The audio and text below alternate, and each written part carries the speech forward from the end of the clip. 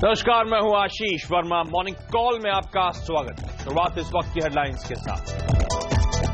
खराब जॉब आंकड़ों से अमेरिका में सितंबर में दरें बढ़ने की आशंका हुई कम। 1,80,000 के अनुमान के मुकाबले 1,50,000 नौकरियां मिली। सोमवार को मजदूर दिवस के चलते यूएस बाजार रहे बंद। ऑयल मार्केट को सपोर्ट करने के लिए सऊदी अरब और रूस में बनी सहमति। G20 में दोनों देशों ने किया ऐलान। ब्रेंट क्रूड $47 के ऊपर। एशियाई बाजारों की मजबूत शुरुआत। SGX निफ्टी में बढ़त जारी। लंबी छुट्टी के बाद आज खुलेंगे घरेलू बाजार। जुबिलेंट फूडवर्क्स के नतीजों ने किया निराश। मुनाफा 31% गिरा। खर्च बढ़ने से मार्जिन में आई कमी। शेयर में आज दिख सकता है दबाव। माइंडट्री ने दूसरी तिमाही का गाइडेंस घटाया। प्रोजेक्ट के रद्द होने, ब्रिटेन में सब्सिडी के खराब प्रदर्शन और फॉरेक्स में उतार चढ़ाव को बताया जिम्मेदार। और पूरे देश में गणेश उत्सव की धूम। मुंबई में पंडाल सजे, श्रद्धालुओं की भारी भीड़। और हफ्ते का पहला कारोबारी सत्र। जी हां, कल भारतीय बाजार सोमवार को गणेश चतुर्थी के चलते उस उपलक्ष्य में बंद थे। आप सबको एक बार फिर से गणेश चतुर्थी की हार्दिक शुभकामनाएं। आपको याद होगा शुक्रवार को देर शाम हम अवेट कर रहे थे यूएस में जॉब्स रिपोर्ट आने की इंतजार था सबको। बहुत इंपॉर्टेंट थी वो अगस्त की जॉब्स रिपोर्ट। वो आई है। हेडलाइन में जैसे हमने कहा 1,80,000 जॉब जुड़ने की बात थी। 1.5 लाख जॉब्स जो जुड़े तो उम्मीद से कमजोर वो जॉब्स रिपोर्ट देखने को मिली। उसके बाद अमेरिकन मार्केट्स हरे निशान के साथ कामकाज कर रहे थे। कल लेबर डे हॉलिडे के चलते अमेरिकन मार्केट्स बंद थे। हमें फिर 2 दिनों के क्यूज, एक्चुअली इंटरनेशनली क्यूज हैं वो बचाने हैं। साथ साथ क्रूड का मार्केट, कमोडिटीज मार्केट्स फोकस में रहेंगे। उस G20 से जो जॉइंट स्टेटमेंट निकल के आया सऊदी अरेबिया रशिया के बीच में, इन सब के बीच में CNBC आवाज के मार्केट से डेटा अनिल सिंह भी मानते हैं कि भारतीय बाजारों में आज खरीदारी करने के मौके होंगे। तो अनिल, इस हफ्ते के लिए किस तरह का ट्रेंड देख रहे हैं? आज क्या टारगेट्स होंगे, क्या स्टॉप लॉस होंगे, मोमेंटम कैसा होगा, हमारी स्ट्रैटेजी क्या हो, इस पर डिटेल में अनिल से मैं आगे चर्चा करूंगा। लेकिन पहले चलता हूं अपने सहयोगी नीरज वाजपेयी के पास, क्योंकि वो जॉब्स रिपोर्ट कमजोर थी और 2 दिनों के क्यूज, 2 दिनों के संकेत हमें पहचाने। एक तो फ्राइडे को जो हम इंटरनेशनल मार्केट जिस तरह से कामकाज कर रहे थे, कल के इंटरनेशनल क्यूज को पहचाना है। नीरज जी, हाय, गुड मॉर्निंग। नेट मेल लिए क्या संकेत है और जॉब रिपोर्ट से क्या निकल के आया? देखिए, नेट संकेत है कि आज दुनिया भर के बाजारों में एक अच्छी तेजी देखने को मिलेगी, क्योंकि जो जॉब रिपोर्ट्स का एक डर था वो डर काफी हद तक कम हो गया। क्योंकि जो एडिशन है जॉब का वो बहुत कम था। मतलब जो उम्मीद थी 1,80,000 की, उसके सामने सिर्फ 1,51,000 हुआ, जो काफी कमजोर आंकड़ा माना जा रहा है। इसीलिए आप देखिए फ्राइडे को यूएस मार्केट करीब 72 पॉइंट डाउ जोन्स ऊपर चल के बंद हुआ था। अब चूंकि सोमवार को छुट्टी थी अमेरिका में भी और भारत में भी, तो वो एडजस्टमेंट आपको आज दिखेगा। और निफ्टी में आपको कम से कम 100-125 पॉइंट की SGX निफ्टी में इस समय भी तेजी दिख रही होगी। तो ये एक माहौल बन रहा है। लेकिन दुनिया भर के बाजारों में जो माहौल बना था, जो डर था, वो काफी हद तक कम हुआ है। दूसरा, क्रूड के फ्रंट से, कच्चे तेल में भी एक मजबूती देखने को मिली है, क्योंकि सऊदी अरब और रूस, 2 जो देश हैं बड़े, एक ओपेक देश है, एक नॉन ओपेक देश है, दोनों के बीच में एक मार्केटिंग स्ट्रेटजी पे MOU साइन हुआ है। साथ ही जो 26 से 28 को नाइजीरिया में बैठक होने वाली, उसमें ऑयल फ्रीज की संभावनाएं बढ़ने लगी। हालांकि इस पे अलग राय भी है बहुत सारे जानकारों की। लेकिन ये जो 2 इवेंट थे जिनको मार्केट देख रहा था, उस पर एक पॉजिटिव सेंटीमेंट निकल के आया, इसलिए तेजी का माहौल बनता हुआ दिखेगा। और हमें लगता है कि जब तक ये बैठक सितंबर वाली हो नहीं जाती, तब तक ये सारे माहौल ऐसे ही रहेंगे। तो एक तेजी का रुझान आज देखने को मिल सकता है।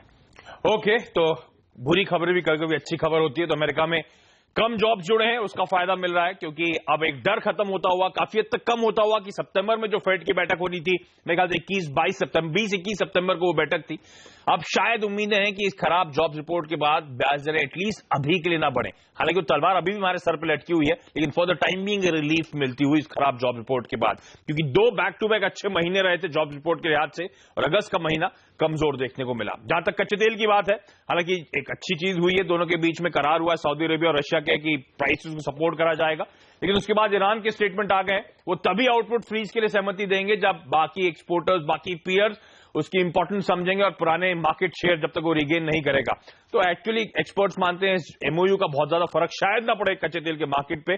और वहां पे भी अल्जीरिया में, जैसे नीरज हाईलाइट कर रहे थे, 26 से 28 के बीच में बैठक है ओपेक नॉन ओपेक प्रोड्यूसर्स की। तो उससे पहले इंटरेस्टिंग डेवलपमेंट्स होते हुए कच्चे तेल पे भी आगे चर्चा करूंगा। लेकिन आपको याद होगा फ्राइडे को जो हमारा सेशन था वो अच्छा था। अच्छा स्पेसिफिकली इसलिए मैं हाईलाइट कर रहा हूं क्योंकि एक तो उस दिन देर शाम को जॉब्स रिपोर्ट आनी थी अमेरिका में, बहुत लंबे समय से नर्वसनेस के साथ इक्विटी मार्केट्स कामकाज कर रहे थे, और उसके साथ साथ हमें 3 दिन की छुट्टी लेनी थी, एक एक्सटेंडेड हॉलिडे पीरियड था भारतीय बाजारों के लिए।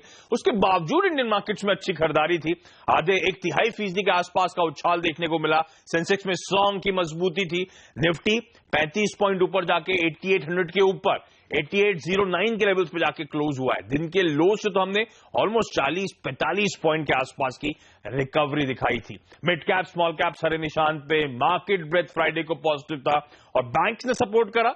बैंक्स के अलावा ऑटो, फार्मा और कुछ दिनों से जो प्रेशर में पॉकेट थी टेलीकॉम, फ्राइडे को एटलीस्ट उस पॉकेट में भी खरीदारी देखने को मिली थी।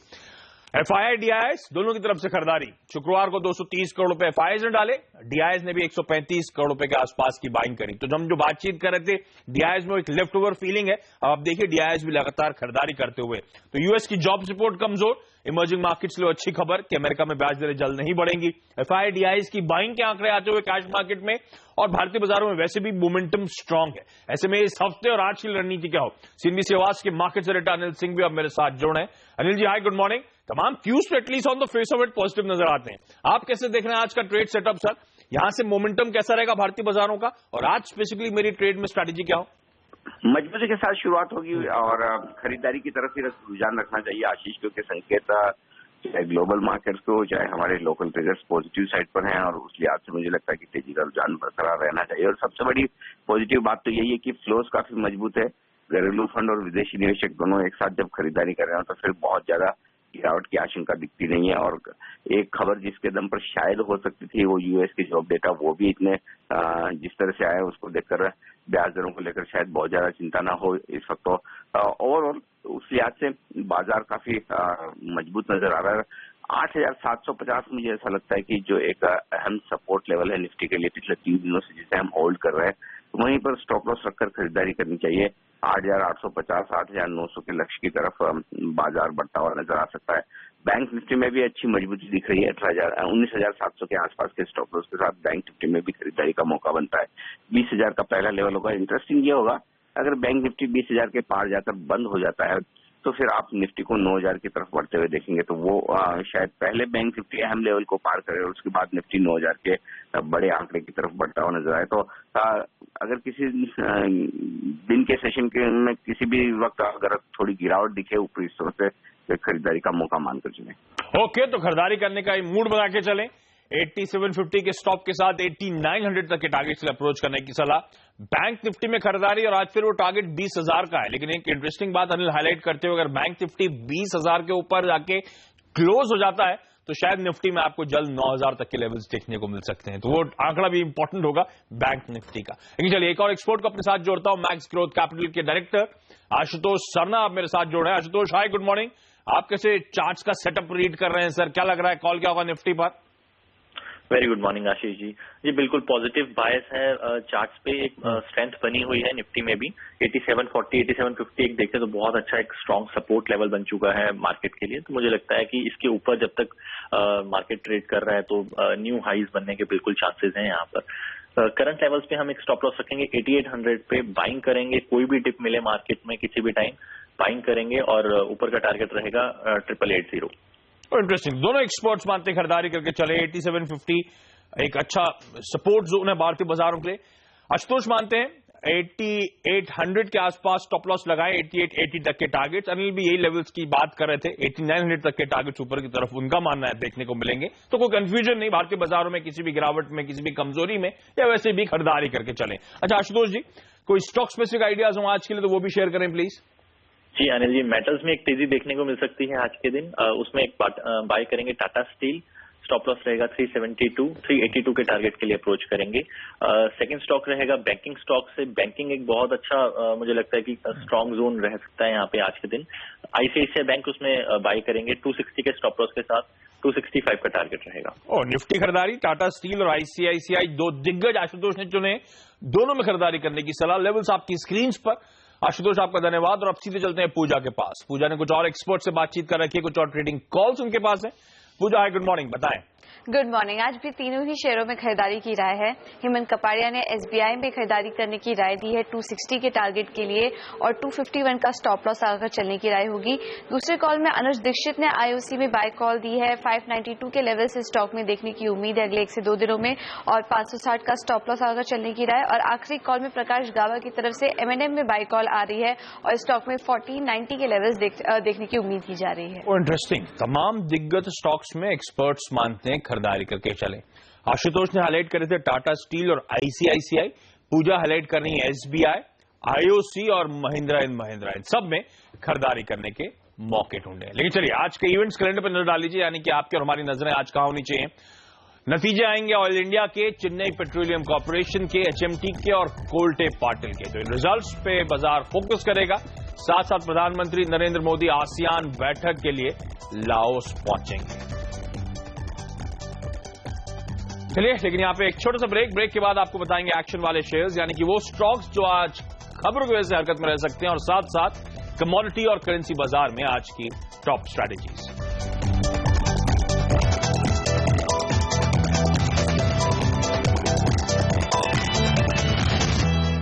ब्रेक के बाद आपका स्वागत है और आज कौन से टॉप 5 शेयर्स रहेंगे फोकस में खबरों की वजह से, ये बताने के लिए मेरे साथ मेरे सहयोगी हेमंत घई अब जुड़ चुके हैं। हेमंत हाय, गुड मॉर्निंग। मॉर्निंग आशीष। कौन से स्टॉक्स टॉप रहने वाले हैं आज? आज नेगेटिव और पॉजिटिव साइड के दोनों ही साइड के आइडियाज हैं मेरे पास। भूषण स्टील, इसके लिए खराब खबर आती हुई, देखिए सीबीआई ने एक इंक्वायरी कर रहा था इंडियन इलेक्ट्रिसिटी एक्ट के तहत। इनके जो प्रमोटर्स हैं बीवी सिंघल साहब, उनको गिल्टी, दोषी पाया है। और हालांकि इनके जो प्रमोटर्स हैं बीवी सिंघल जी, उन्होंने एक श्योरिटी बॉन्ड दिया है और श्योरिटी बॉन्ड के बाद अब 60 दिन के अंदर अंदर इनको अपनी एक अपील फाइल करनी है। तो सेंटीमेंट के लिहाज से सीबीआई अगर दोषी पाए तो खराब खबर मानी जाएगी। इसके अलावा डीएलएफ, आपको याद होगा इन्होंने अपनी डीटी सिनेमा की करीब 32 जो स्क्रीन्स थी वो पीवीआर को कुछ समय पहले बेची थी।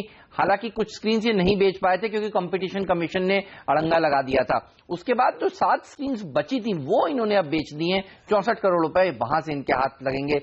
रकम के हिसाब से कोई बहुत बड़ी रकम नहीं है, लेकिन जिस तरह से कंपनी काम कर रही है अपने कर्ज को घटाने के लिए, वो एक सराहनीय कदम कहा जाएगा।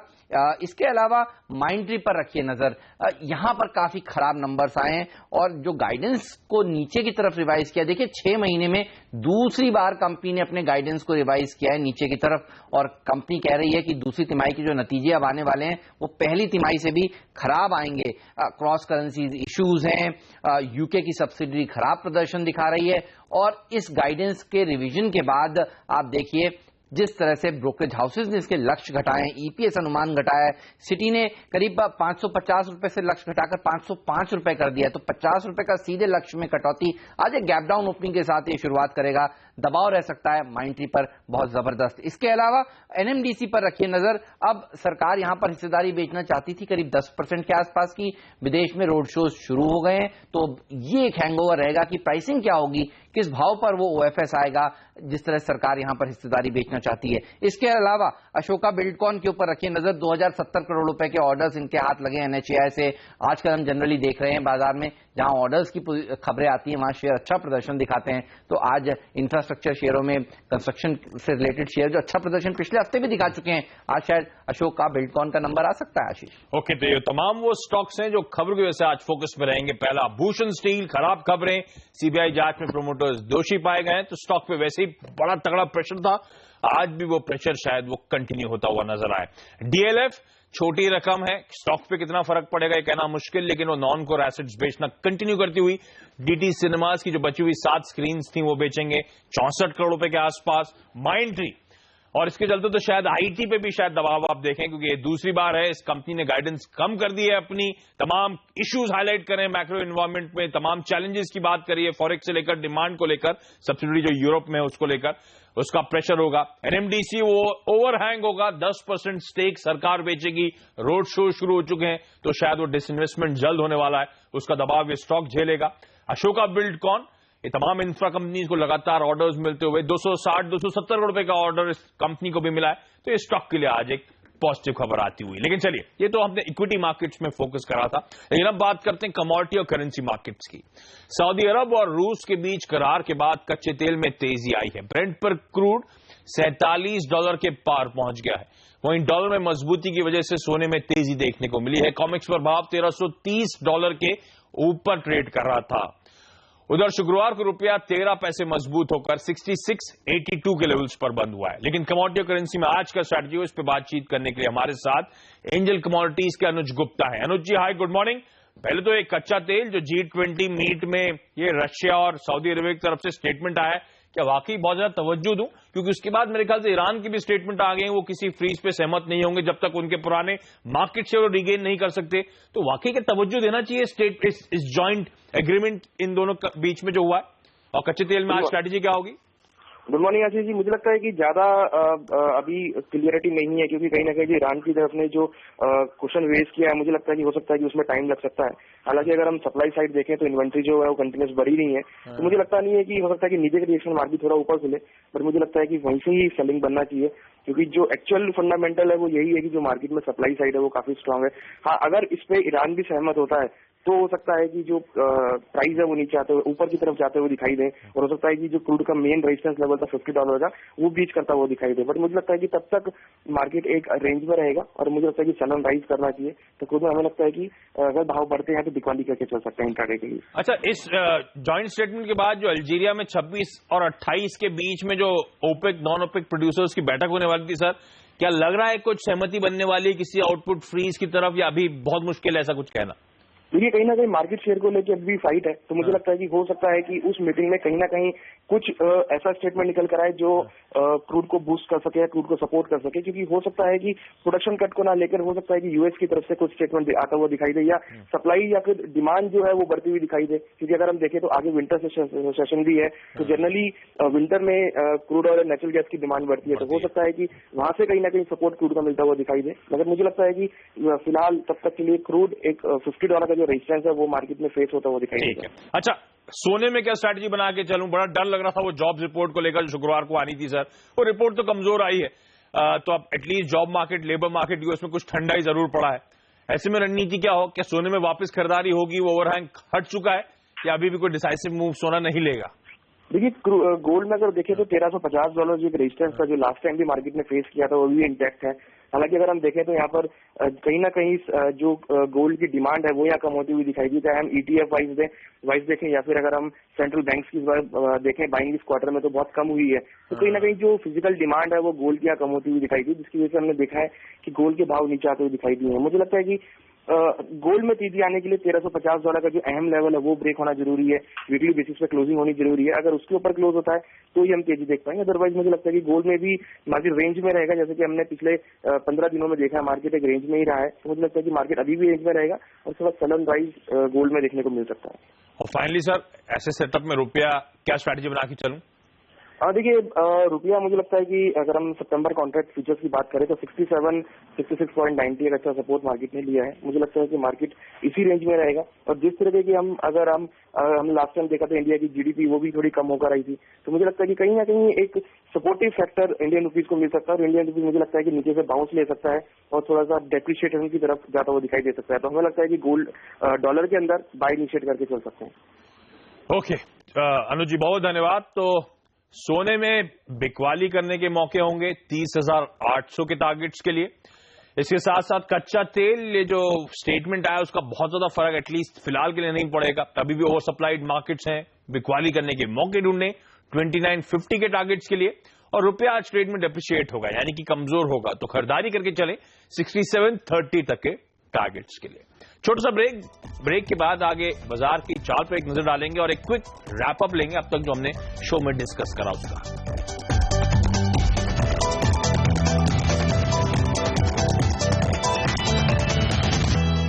ब्रेक के बाद आपका स्वागत है। और मंगलवार यानी कि हफ्ते का ये इनफैक्ट पहला कारोबारी सत्र ऐसी निफ्टी दिखा रहा है कि एकदम फ्लैट शुरुआत होती हुई नजर आएगी, लेकिन क्यूज पॉजिटिव है। अमेरिका में जॉब्स रिपोर्ट जो शुक्रवार को आई थी वो कमजोर थी उम्मीद से, तो वो अच्छा संकेत इमर्जिंग मार्केट्स के लिए। FII DII की कैश मार्केट में बाइंग कंटिन्यू होती हुई और भारतीय बाजार बेहद स्ट्रांग मोमेंटम में। तो अनिल और आशुतोष सरना, दोनों से बातचीत थी। दोनों का मानना है खरीदारी करें। अनिल का मानना है 8900 तक के लेवल्स तक आप बाजार में अप्रोच कर सकते हैं। बैंक निफ्टी 20,000 का टारगेट होगा और 20,000 के ऊपर अगर आज क्लोज होता है तो शायद निफ्टी आपको 9,000 जल्द जाता हुआ नजर आए। ये इंपॉर्टेंट हाईलाइट थी, इसलिए मैं मेंशन कर रहा हूं। सोने कच्चे तेल में बिकवाली करने के मौके और रुपया आज कमजोर होगा तो खरीदारी करके चले। चलिए मॉर्निंग कॉल में आज के लिए इतना ही। यहाँ पे वक्त तो चला एक छोटे से ब्रेक का। ब्रेक के बाद स्टॉक 2020।